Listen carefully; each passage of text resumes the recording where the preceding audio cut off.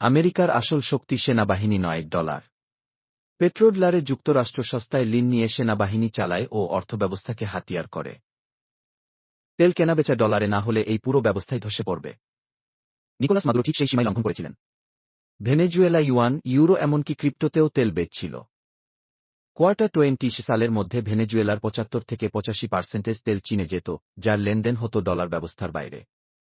ভেনেজুয়েলার ৩০৩ billion barrel তেলের reserve বিশ্বের সবচেয়ে বড় প্রমাণিত মজুদ। এটি হতো কাঠামোগত পরিবর্তন। আর এ কারণেই মাদুরোর ভাগ্য নির্ধারিত হয়ে গিয়েছিল। ভেনেজুয়েলা আবারও মার্কিন প্রভাবে আসায় বিশ্বের প্রায় 40% তেল সরবরাহ এখন ওয়াশিংটনের নিয়ন্ত্রণে। চীন হারাল সস্তা ও ভারী অপরিশোধিত তেল। পেট্রোডলার ব্যবস্থা আরও শক্তিশালী হল। বাণিজ্যের নিয়ন্ত্রণ আবারও যুক্তরাষ্ট্রের দিকে ঝুঁকে পড়ল। এই ক্ষমতা বদল কোনো আদর্শের জন্য ছিল না। এটা ছিল এক অর্থনৈতিক যুদ্ধ।